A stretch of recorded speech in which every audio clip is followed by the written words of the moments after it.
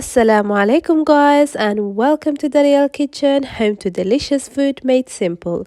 Today's recipe is going to be this delicious mini pizzas, but the great thing is the dough. It only takes 20 minutes. All you have to do is mix, set aside for 20 minutes. In the meantime, you prepare all your ingredients and you have yourself a delicious pizza.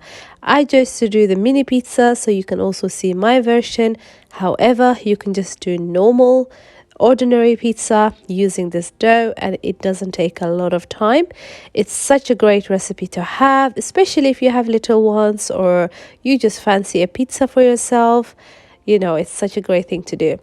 And the ingredients again are very simple. It's everything that you have in your kitchen. So now let's go ahead and start with the recipe. And the first thing is the dough. You need to have some strong flour, little bit of salt, bit of sugar and yeast. You will find the list of the ingredients in the description box below. We're also going to add a little bit of olive oil. This just adds a bit of flavor and also makes it easier to mix. If you don't have that, you can use sunflower oil and that works perfectly. So what I've done is I've speeded up a little bit so it doesn't get too boring, but all you have to do is just add the water. It's nice warm water, and then you just want to add that in stages. Once the dough comes together, you want to transfer the dough onto the kitchen counter, and then we're going to start kneading this for at least 7 to 10 minutes. Just knead really well, and it's really important that you do this stage really well. And then I tend to do this method called the slap and fold. It works really well and it creates such a good dough, perfect for pizza, perfect for any type of dough such as cinnamon roll as well. And then after that, I've just added a little bit of oil just to help with the kneading process. And then we're going to cover up again with a little bit of oil, and then we're going to cover with a cling film. Let this sit aside for 20 minutes. And then in the meantime, we're going to prepare our sauce. And I'm using a very simple sauce, just a tomato paste and ketchup. So I've added here some ketchup and some tomato paste, and then like I said, the sauce is very simple. We're going to add some dry garlic. You can add fresh garlic, but I prefer the dry garlic. And then we're going to add some black pepper for a little bit of heat, some salt, and also a little bit of dry herbs. And this is really great. It gives us such a nice smell, and also it kind of changes that little taste of the ketchup and the tomato paste. I've added a little bit of water. The reason is just to make the sauce a little bit thinner. And then we're also going to add some paprika, smoked paprika, again just to add more flavor into the sauce. And just like that, our sauce is ready. So because the pizza is really easy to make, we don't want to make like a sauce that's going to take like such a long time. And now the dough has risen, like you can see. So make sure you always spend the extra time of kneading. It really gives you a good result at the end, guys. So that's really important.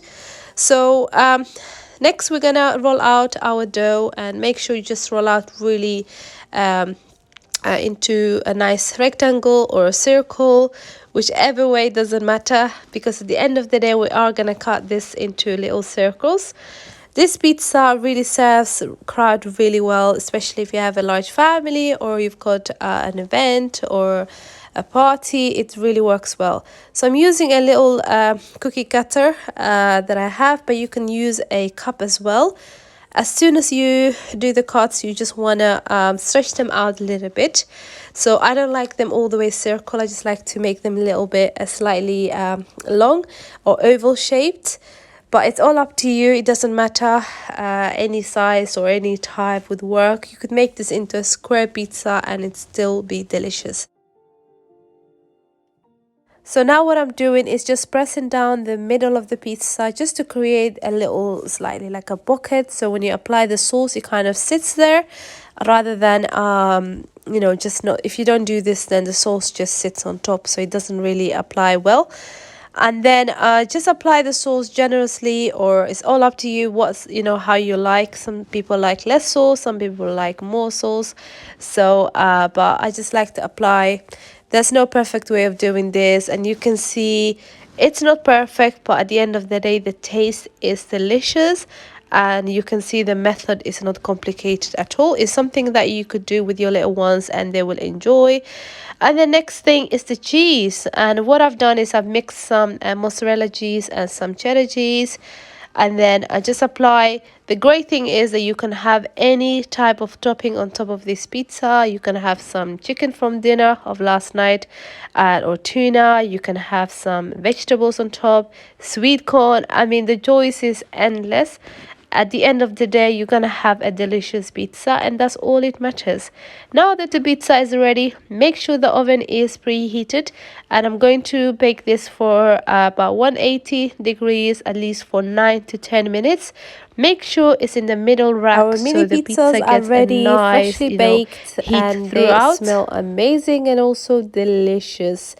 The great thing about this is you can put anything on top. Like you can see, I've used some orange pepper that I had, some olives, and some I've used red onion. It doesn't matter what you use, it will still be delicious. And you can see it's nice and cheesy. The bottom is a little bit of pale, and that's because I'm using a baking sheet.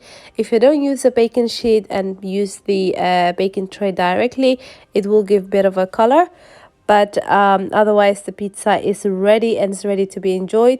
This is great for lunchbox as well. You can do the night before and just place in the fridge and put it in your kids lunchbox, and you can experiment with the toppings and everything. So I hope you guys have enjoyed this video. If you have, don't forget to press the like button, and if you like my videos, please do subscribe. I share recipes every week. And until we meet next time, Assalamu alaikum wa rahmatullahi wa barakatuh.